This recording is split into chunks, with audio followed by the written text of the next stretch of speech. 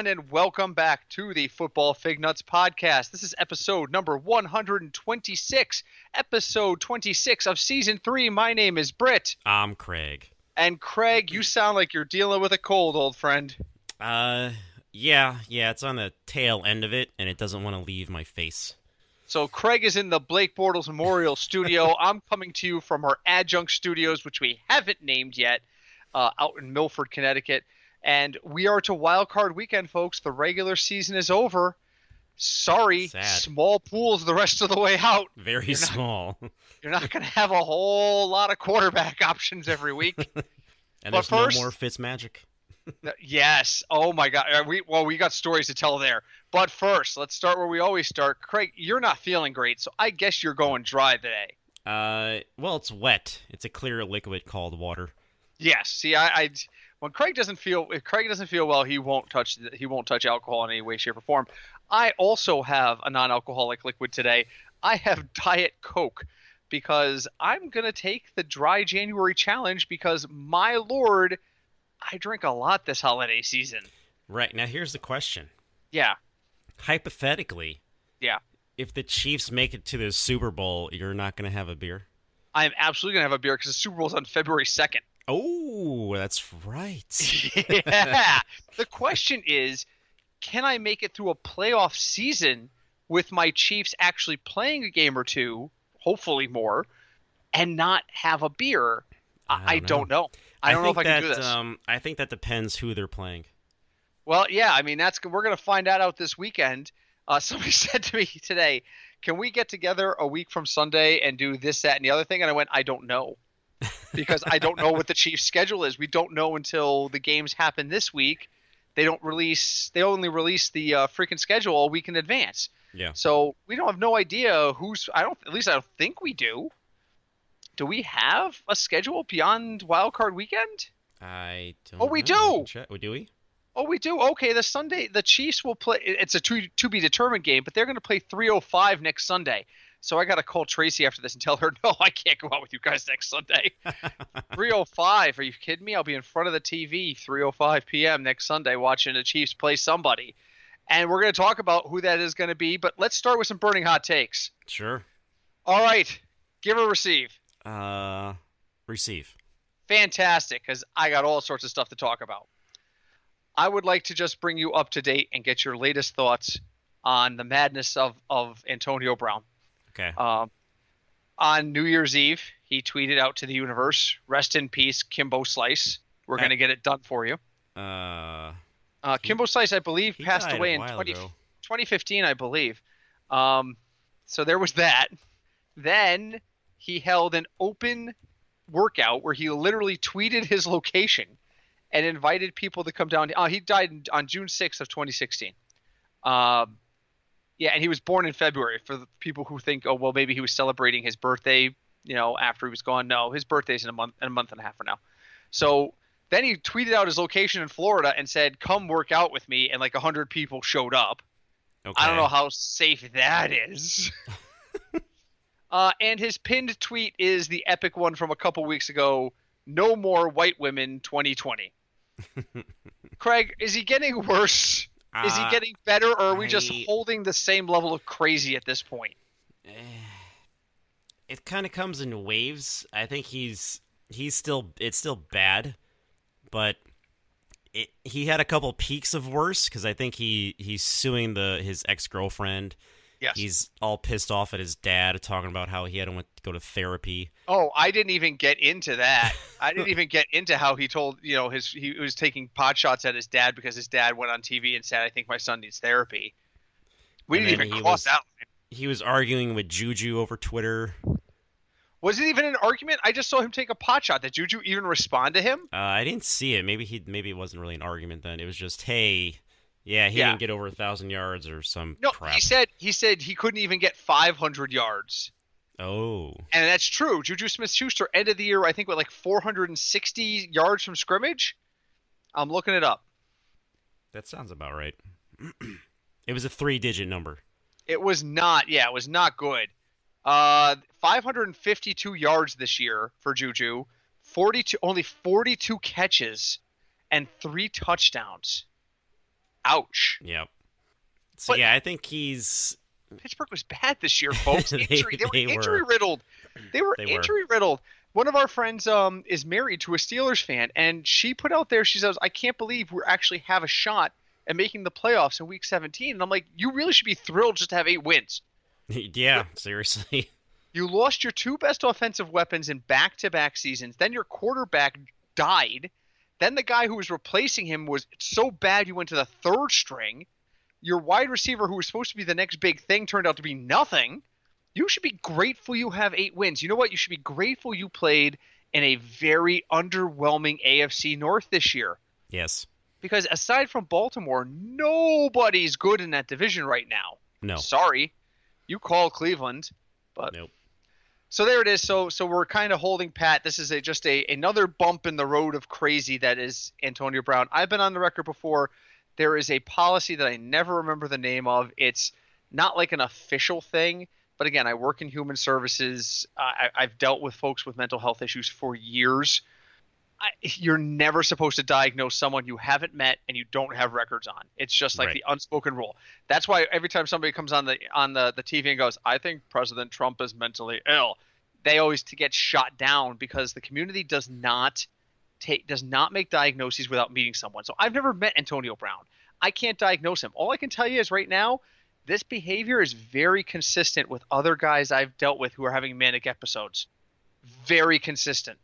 I've seen this before from folks who have manic episodes. Everything that they say, they think, they put out there is genius. I fear the guy is ill. I just do. Yeah, they really need to be able to find CTE while someone's alive. I don't know if this has anything to CTE or this is chemical imbalance. I really don't. Or both. I really don't. Or both. Remember, again, I think I've mentioned it before on the air. Brandon Marshall, early in his career when he was a Bear, all sorts of behavior issues. Management doesn't respect me. These guys got to go. He got diagnosed with bipolar disorder, which is related to manic episodes. He started taking medicine, and he had no other outbursts the rest of the time. And he became a great advocate for treatment in his later career. I don't know. Yeah. Anyway, what have you got for me? So, you know how things happen in threes? Yes. Oh, I know where you're going with this. I knew we were going to talk about this. We might as well. Yeah. There was a lot of sports deaths in the last like 2 days. 48 hours. Yeah, since the start of the new year. Happy New Year, everybody, by the way. Happy New Year. But are you surprised by any of them? Well, let's go over who has passed. So we had David Stern passed away, and we knew that was coming because there were reports that he was very ill. Don Larson passed away, the famous Yankees pitcher, still 90. the only man in history to throw a perfect game in a World Series. Yep, 19. Is that the 50s? Yes, I think it was 55, 54, somewhere around there. And if you don't remember who I'm talking about, if you're a Yankee fan, if you're a Yankee fan, you better know who I'm talking about. Otherwise, take off that jersey. You have no right to wear it. But if you remember the old clip, Yogi Berra nearly tackled him, jumped and wrapped his arms and legs around him at the end of that game. He picked him up. And he literally held Yogi Berra in the air. That guy, that's the guy who we just lost. And yes, he was 90. And then today we lost Sam Wyche, who invented the no-huddle offense. Is that right? He made it mainstream, and he pissed a lot of people off doing it because no one really ever did it before. But it was never written that you couldn't just line up and hike the ball. There's no rule saying you had to have a huddle. Right, and he also did a lot of TV after his coaching days. He was very not only innovative, but he was very outspoken. He didn't play by a lot of the unspoken rules in football. I mentioned this story to Craig earlier, so I'll share it with everybody else. That they were talking about it on, I think it was the afternoon drive on NFL radio today, and they were talking about, one of the guys said he was a player on Pittsburgh. He was one of the backup quarterbacks on Pittsburgh, and it was when Cowher was first there and Wyche was near the end of his career in Tampa, and they were in a preseason game. And in the fourth quarter, Tampa Bay was preparing to punt on fourth down. So Cowher yelled back to this guy, "Grab your helmet. You're going to get a couple of snaps in the last 2 minutes."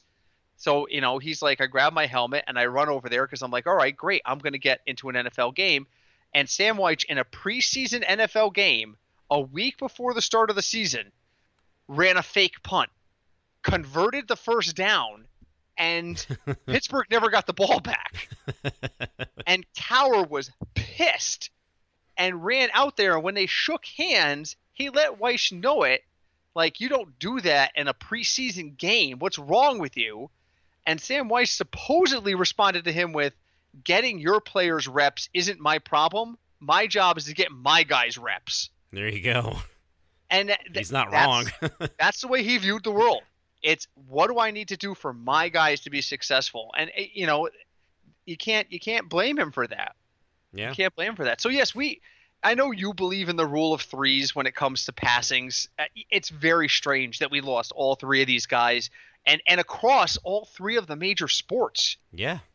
You know, so who's the biggest loss? Let's we've got time today. Let's talk about that. So they're all innovators or have some sort of major claim to fame in their own right. Well, I think I'm most surprised about the Sam Weiss one because I didn't feel know like he was that ill. just came out of nowhere. Well, he's been ill for a long time, but he kept it very quiet. He retired from broadcasting like 10 years ago, and he just hasn't been anywhere. I was like, I forgot he was even still alive. I mean, I'm not Don Larson. You don't need. I've been a long time proprietor of a simple thought. If you're over 80, you no longer need a cause of death.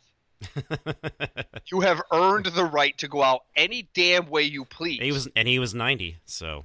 And Don Larson was 90, so you're okay. I don't need to know what killed Don Larson.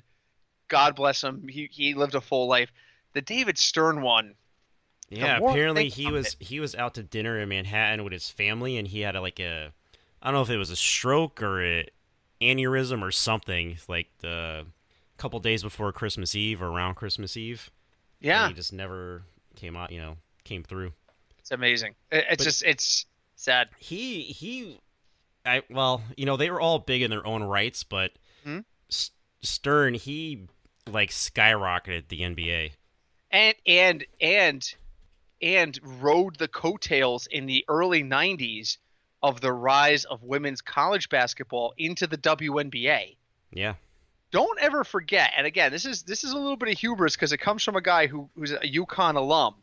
The early 90s, going into the early 90s, if you weren't a Tennessee fan or maybe an Old Dominion fan or a North Carolina fan, you didn't give a jack about college basketball with the women. And then UConn changed all of that. UConn showed up on the scene and said, no, we're going to beat Tennessee. We're going to go out there 1990 – oh, God. 5. Because I got there in 93. 95 was the 35-0 season where they beat Tennessee. That was 1995's tournament. That changed everything. And he saw that. And he was like, you know what? We can make even more money off of this, because that's what he was. He was a businessman. That was his idea. He was a businessman, and he was like, we can make even more money off of this. And they did. And the WNBA continues to go well. I mean, it's not groundbreaking in terms of like the amount of money they're making, but it's a fantastic thing.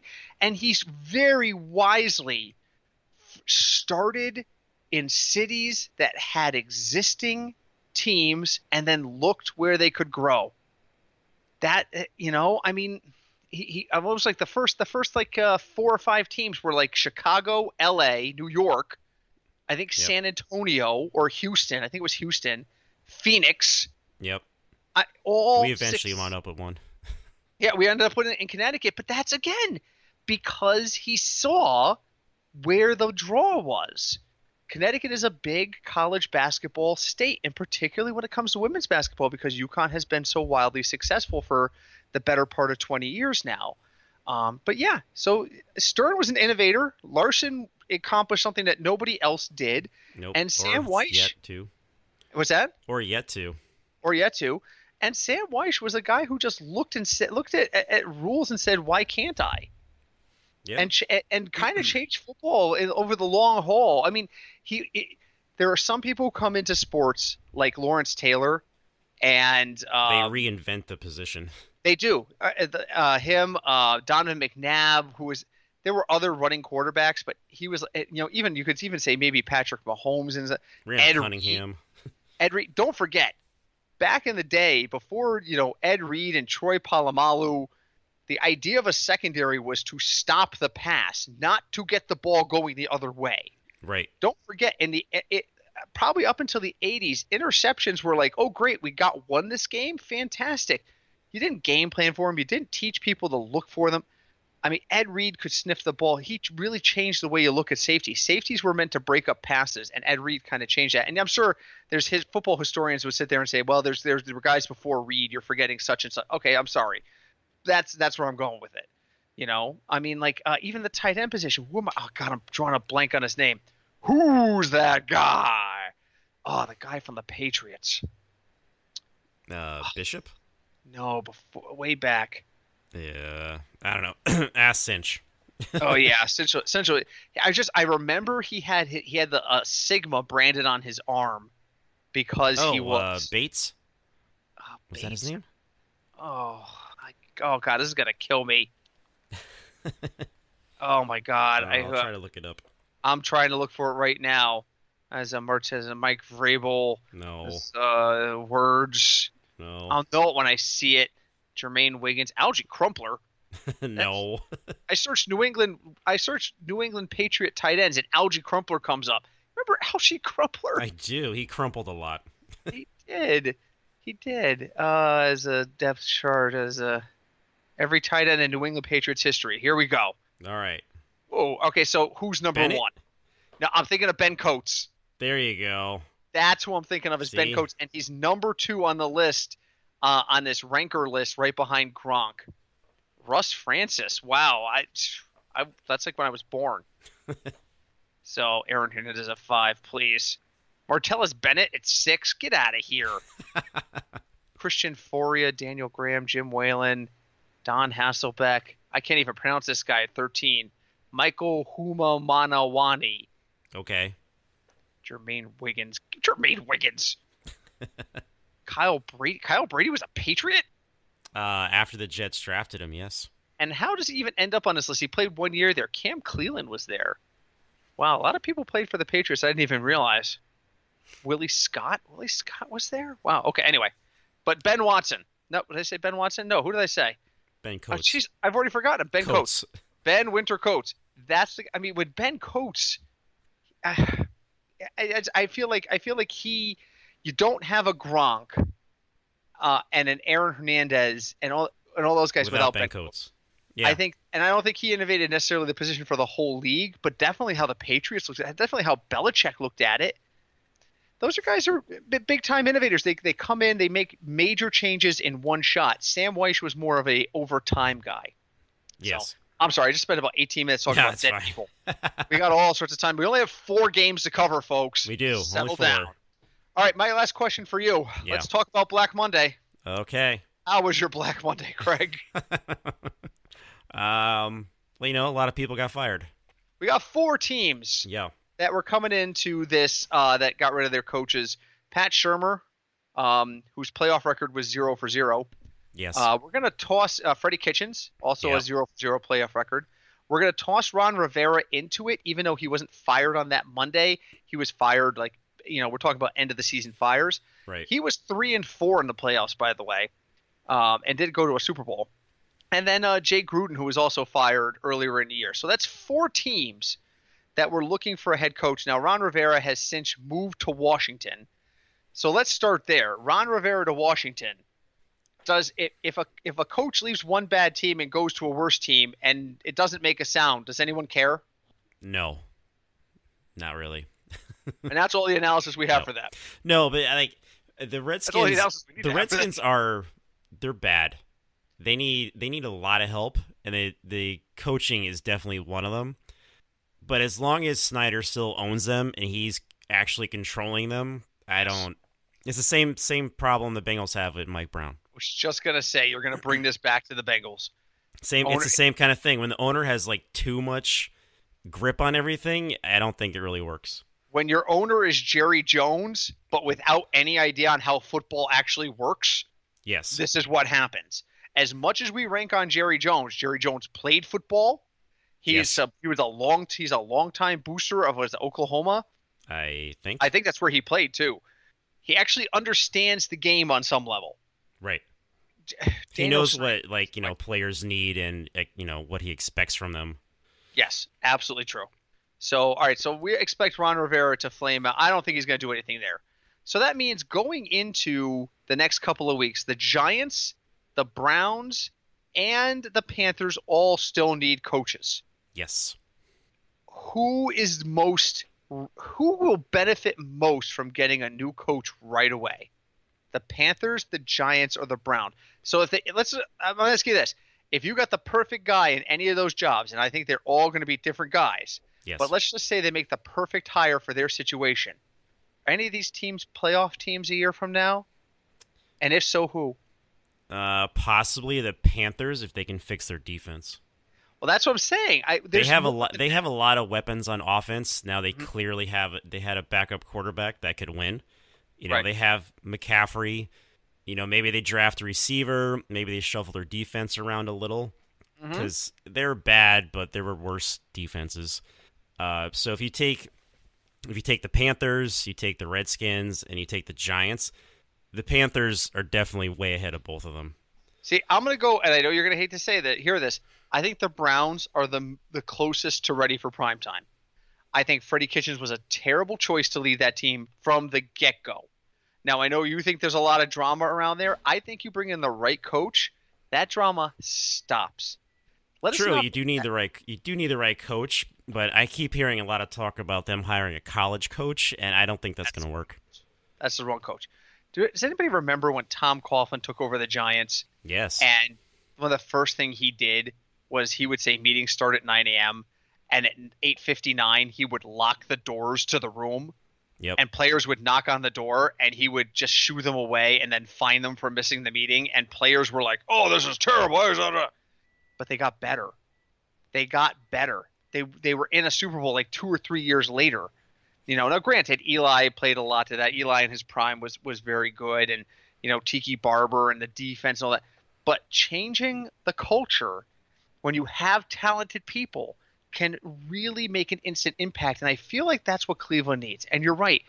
I worry that they're looking in a bad something place. New and fresh, and let's try this. What they should be doing, and one of the names that has been bandied about, is Mike McCarthy. Mike McCarthy, NFL experience, he can walk in there, he can make a difference right away. I would love a Mike McCarthy hire. Not going to happen. Probably not. They want Josh McDaniels. That's not going to happen either. No, we all know what's going to happen with Josh McDaniels after what happened with the Colts. Now, to extend on my original question, there is a team we haven't talked about yet, and that is the Cowboys. Because as of right now, Jason Garrett has had 2 meetings with the ownership, and has not walked out with either a vote of confidence or a goodbye letter. Right. He's under contract for like another month. Now, typically at the end of every season, there's a day of player meetings with the coaching staff. All of the offensive players come in, like 30 of them, for like 15 minutes apiece. They sit with the offensive coordinator and the head coach. They talk for 15 minutes about what they're looking at for next year. Sometimes coaches will be like, "Listen, we're probably not bringing you back next year, so good luck to you." It's usually brief and just kind of, "Is there anything you want us to know? Anything we need to tell you?"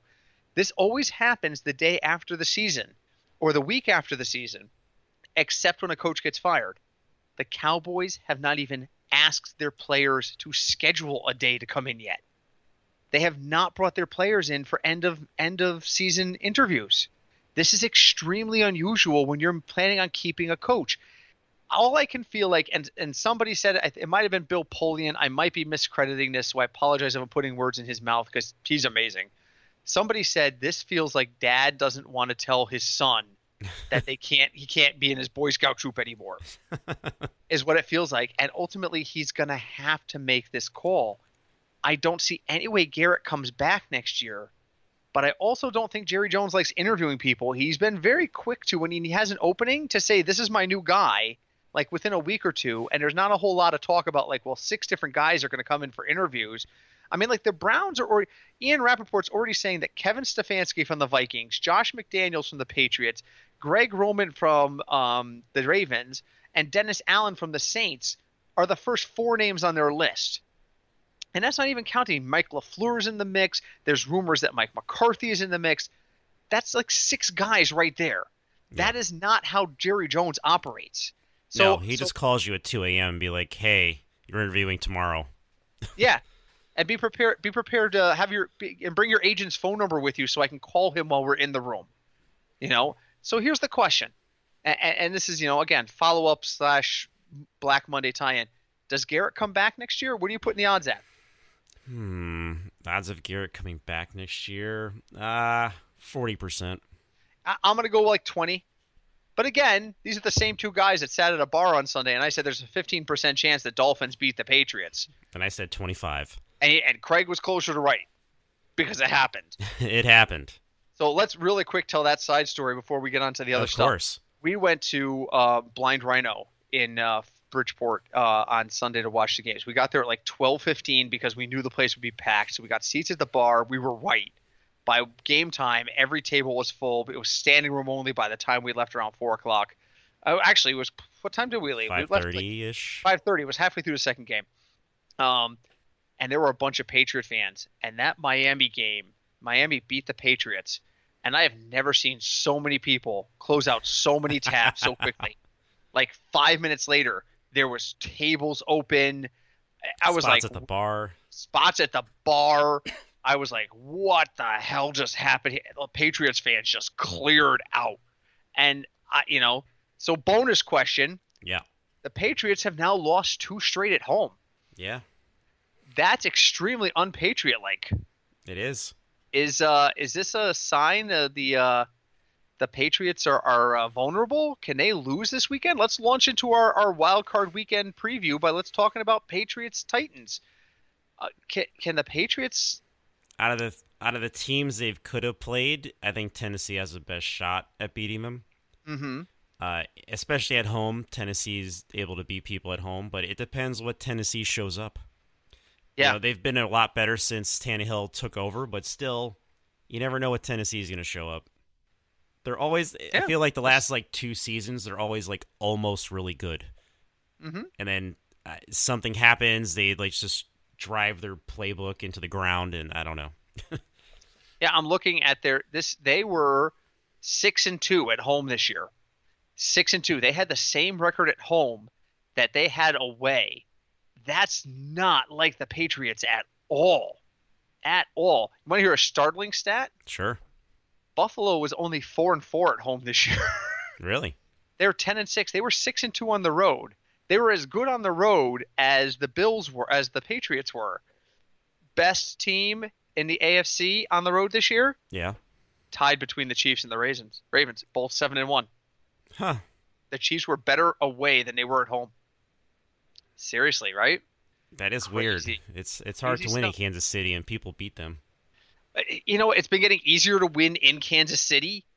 I don't know what that is, but in the Andy Reid era, the Arrowhead mystique has been kind of, I don't know, but they were pretty amped up when they found out they had a bye coming their way. So I think next week they are going to be wild. So, all right, so give me a percentage. Chance the Titans walk in and beat the Patriots at home next Saturday night.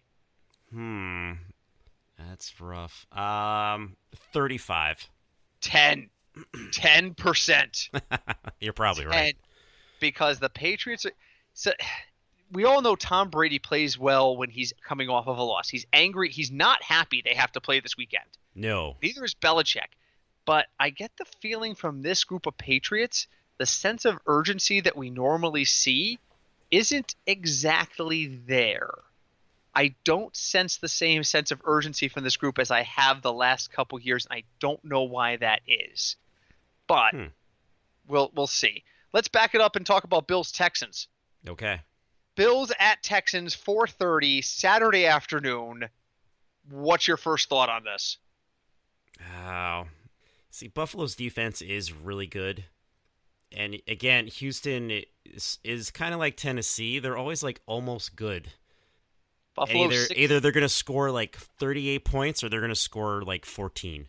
Buffalo 6-2 on the road this year. Titans 5-3 at home. And don't forget too, shocking stat on the season, the Titans were outscored. The Titans or the Texans? I'm sorry, the Texans. the Texans actually gave up 385 points to 378 scored. They were 7 points under the Mendoza line in points scored this year. Huh. Yeah, so you know what that means? It means they win big or they lose close. Right. I'm going to take the Bills at the Texans. I smell an upset here. I can see that. I smell an upset here. I smell Bills over Texans, which is actually not a huge upset. That's the 4-5 game.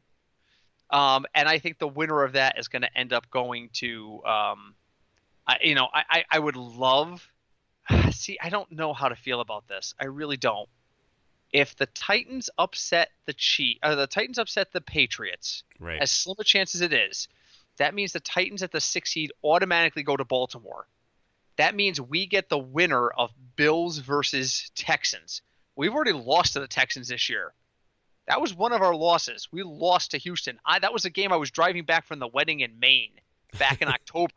And my wife and I was like driving the whole way. I'm like, Carlos Hyde is running all over us. He's angry. He did not want to be traded to this team. And now he's running all over us. And my wife was like, yeah, but the Chiefs are really good. And I'm like, they are. But I had a sense of impending doom as I listened to that game in the car. And I was right. So I don't know. Would I rather see the Patriots in Kansas City next week? Or would I rather see Houston or Bills? I don't know. I'm kind of just like, you know what? Wherever the chips fall, I'm screwed because I'm a negative Chiefs fan, and we're gonna lose that home So game. out of all those teams, is there anyone you would at least prefer to see them play? Probably the Bills. The Bills would be the team I would want to see because I don't fear Devin Singletary. He's still figuring things out, and the Chiefs do a good job of showing multiple looks at the line, which is going to confuse a young running back. Which just means Frank Gore's going to run all over us. Right. But yeah, God, my God, he's Frank Gore. What would I do? Frank Gore running all over the Chiefs would be such a terrible it'd be like watching your kid. It must be like what Kirk Herbstreit felt like watching his kids play for Clemson against Ohio State the other day. Must have been like, oh my God, my son, awesome, but my school. So, but if I'm gonna pick it, I'm gonna take the Bills. I'm gonna take the Bills, and I'm gonna take the Patriots on the AFC, which would line up with Bills at Ravens and Patriots at Chiefs. And honestly, I think those are the 4 best teams in the AFC. There you go. I don't think the Texans or the Titans are better than the Bills. So let's talk about the NFC because they're playing on Sunday. They are. Vikings at Saints. The Saints, excuse me, in theory, they really should win this game. In theory. But as Homer once pointed out, in theory, communism works. In theory. I don't know. The Vikings have been a bit of an enigma. A couple of weeks ago, if you told me they were going to end up 10-6, I would have told you were insane. Yes. I mean, I'm looking back at their year. Okay, so they opened the year beating the Falcons. Everyone beats the Falcons. Then they lose to the Packers. Then they beat the Raiders pretty badly. Not shocking. Then they lose to the Bears. The Bears. They're 2-2, and they lose to the Bears. Then they beat the Giants. Again, not shocking. Then they beat the Eagles, and everybody's like, okay, wait a minute. They're 4-2. They beat down the Lions. Not shocking. 5-2. Beat down the Redskins. 6-2. They lose to the Chiefs by 3 to go to 6-3. Beat the Cowboys. Beat the Broncos. Again, waiting for a game that's shocking. Lose to the Seahawks. Beat the Lions. Beat the Chargers. Lose to the Packers. Lose to the Bears again. Those division games, man. I don't know who the Vikings are. I don't. No, because you really haven't heard much from Diggs and Thielen overall this year. Well, Thielen had that amazing start last year, but he was so hurt this year, and he started out okay this year, but it wasn't like last year. And there was all this, we've got to dedicate ourselves to the run, and then Stephon Diggs was like, well, nobody's getting me the ball, and then they were like, well, shut up, you whiny bitch, because we have Dalvin Cook and he's healthy, but now Dalvin Cook is dead. Alexander Madison might be dead. We don't know. I mean, what I'm hearing from DFS point of view is you can't trust anyone in that backfield because you have no idea who's going to play and how many snaps they're going to take. Dalvin Cook might suit up this week, but might take one shot to the ribs and be one carry for 4 yards and done. And then do you start Boone? Can you? Because what happens if Dalvin Cook doesn't take that hit? Which is what I'm going to talk about in 2 minutes when we get to our DFS for the week. DFS in playoffs and on short slate in a cash game is about mitigating risk. Where can I minimize my risk? So I'm looking at Mike Boone or I'm looking at like a Devin Singletary. Neither's a guaranteed hit. Neither's a great price tag, but I got to use one of them. Where is my risk? And how big is the risk compared to their floor? In cash games in a DFS on a wild card weekend, I am worried about floor. I don't want to talk about ceiling. I want to talk about floor.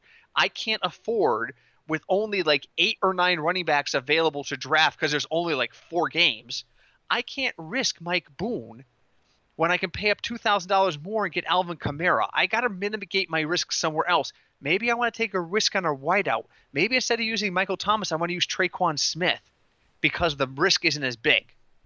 So it's a different kind of thought process when you get to this point in the DFS season.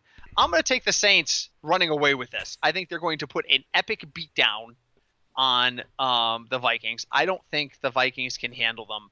So I'm going to take that. No, I'm going to take that and run away with it. It's up to the refs at this point. Yeah. The schedule went away. Where's the schedule? Oh, Seahawks-Eagles. There's one more game. The Seahawks should really win this game. The Seahawks with a better record going to the Philadelphia Eagles. And not 12 people on IR like the Eagles. The running game is decimated for both of these teams. But the Seahawks have better experience. If this game is won, it's won on the back of Carson Wentz. I'm not going to pick that. I'm going to pick the Seahawks go in there and win in a close game, which means we have the Seahawks, which are the 5 seed advancing. They'll have to go play San Francisco, who's the 1 seed, and we'll take the Saints at Green Bay. Ooh, Saints at Packers in January. Ooh. That's why you need the bye for the Saints. That's why you need the bye. If this game's in New Orleans, I don't have any problem picking New Orleans. This game's in Green Bay, I'm concerned. Yes. I'm concerned. Yep. So New Orleans is not the best outside. No, particularly in January. Let's talk about DFS. All right. How was your week 17? It was all right. Wasn't spectacular. Was it positive? Not as much as I wanted it to be. But was positive. You did not. Right. You turned more money than you wagered. Right. Okay, that's all that matters. I mean, yeah, if you only made $1 or $2, okay, you broke even. I left that bar on Sunday, and I was convinced I was due for a bad week. I had like 2 or 3 double-up pools with Michael Gallup as my cheap option and Emmitt Smith. Wow. Ezekiel Elliott as my stud running back. And by the time I got home that night, all of a sudden, Gallup had 3 touchdowns, and Zeke had gone nuts. And I went, oh, my God, I just won a ton of money. So it worked out really, really well for me.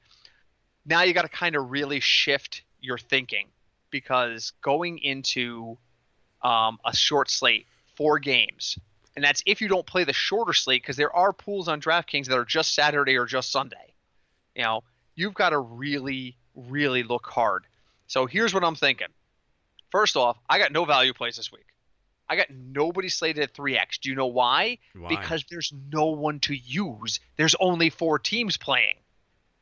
My player pool has been cut significantly. There's 8 teams playing.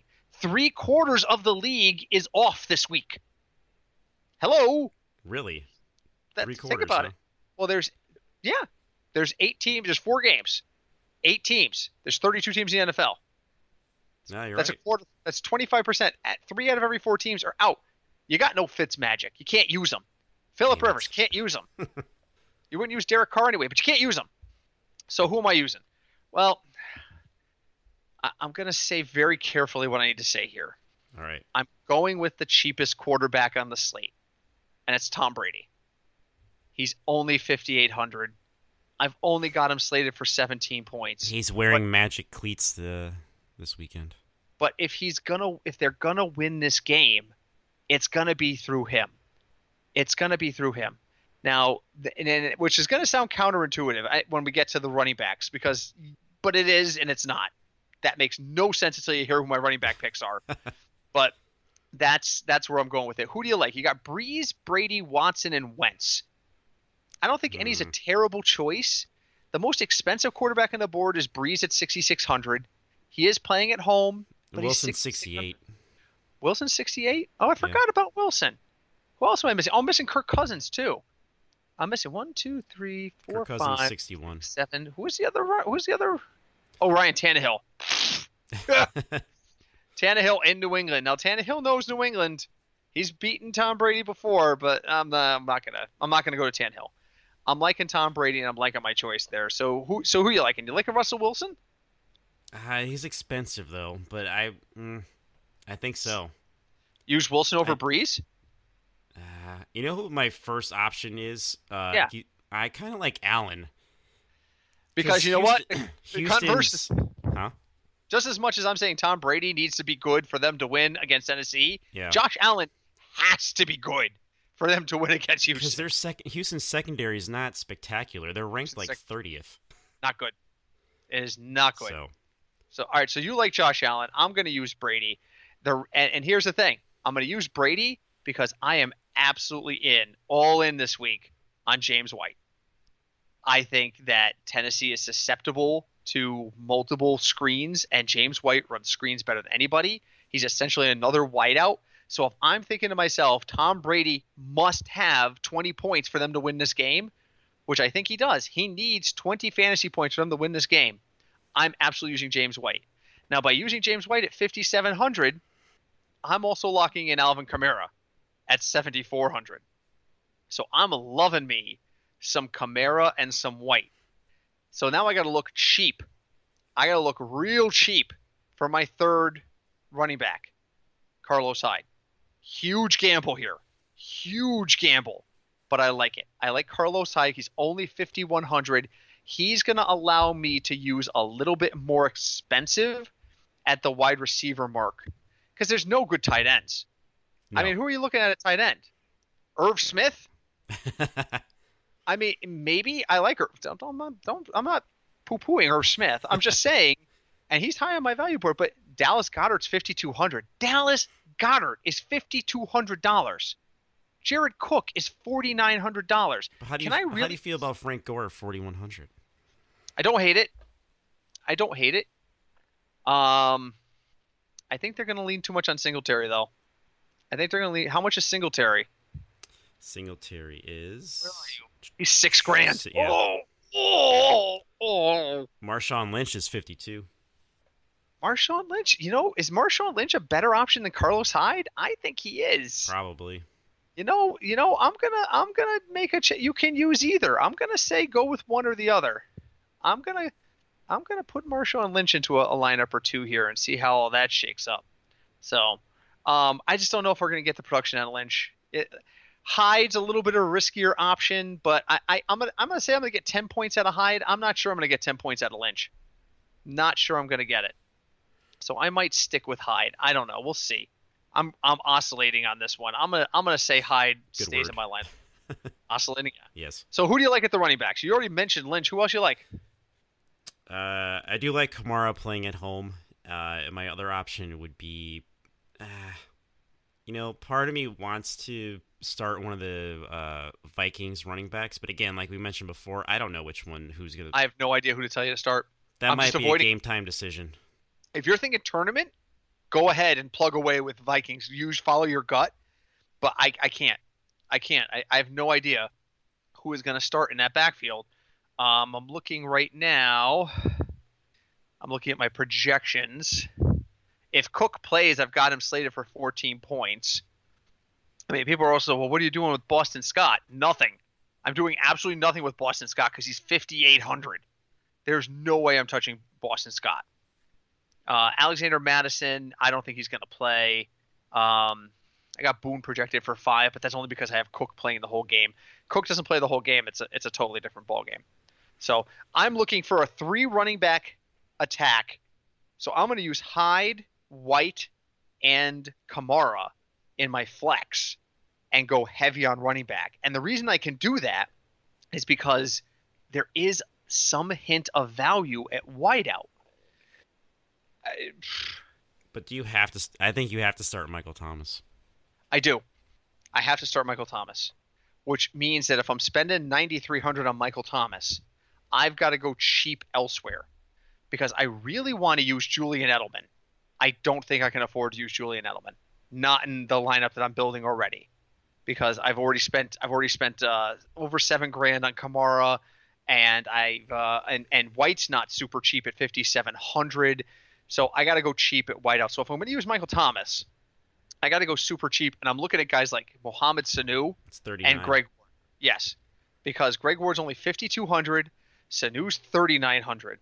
I really want to use Edelman though. I don't know if there's a way I can work Edelman in and keep all the people I have in already. Hmm. I can. What Oh. happened here? I'm looking at my proprietary software here, which isn't really proprietary. It's more just software I like to use. Actually, I can.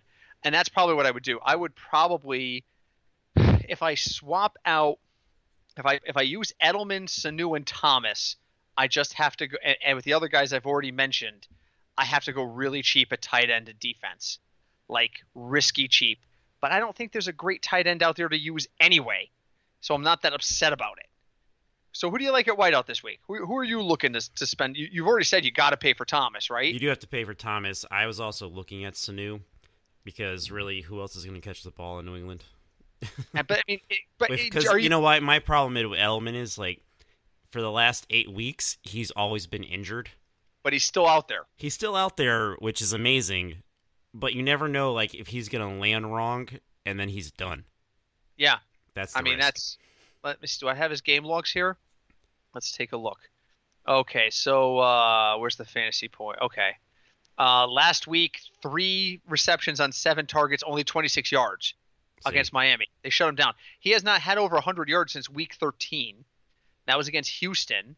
But where's his touchdown numbers? Oh, wow.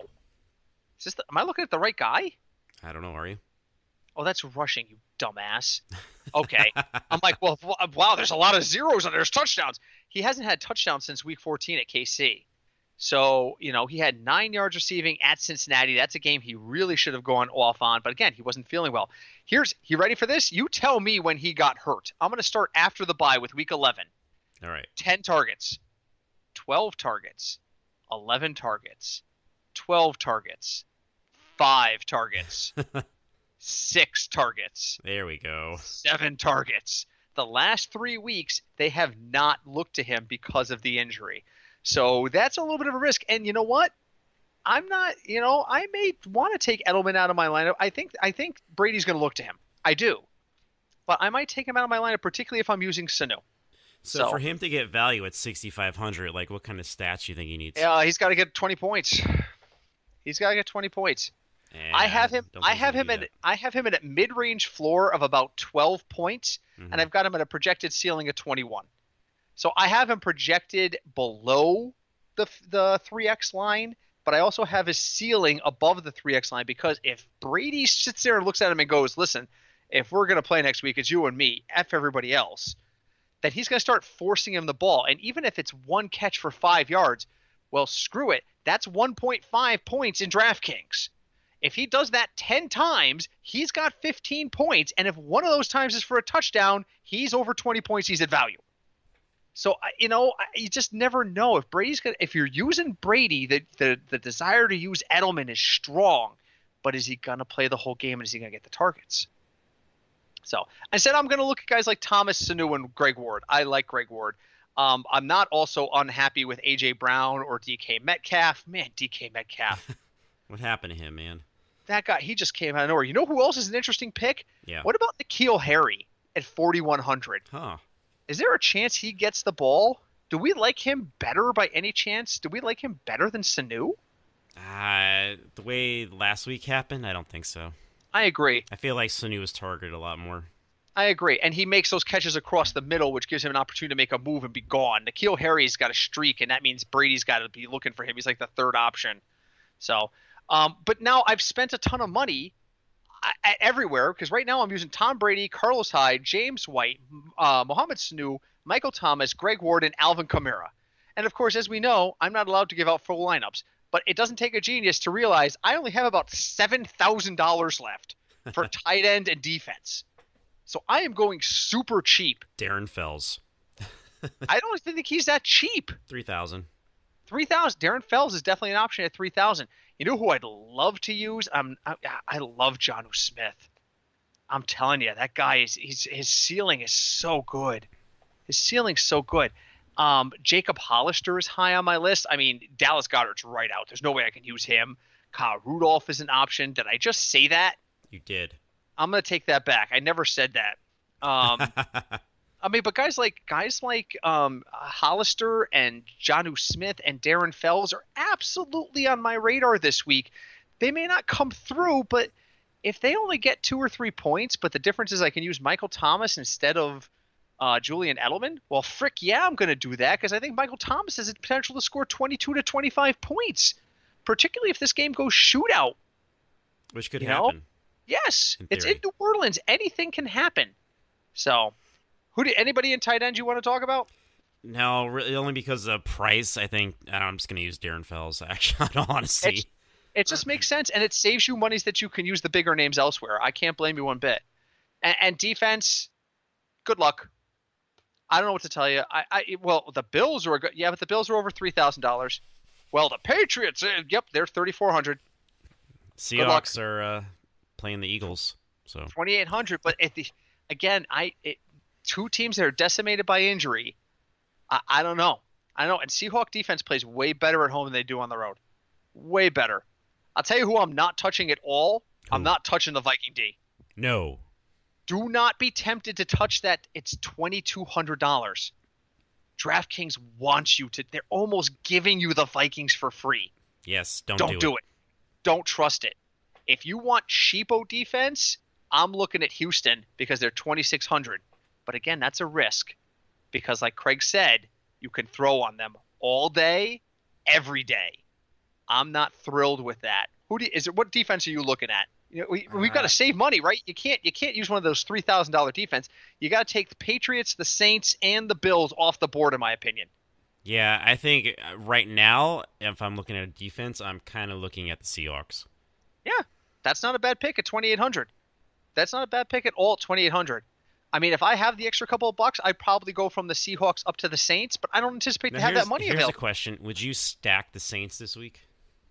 Would I do a Saints stack this week? Can I afford to? If you can figure out how to afford to, would you? All right, so hold on. I got my lineup generator here. So when we say stack, who are we talking about? I'm talking about Breeze, Kamara, and Thomas. Breeze. Hold on. I'm seeing what that would look like. All right. Kamara and Thomas. What would that look like on my screen?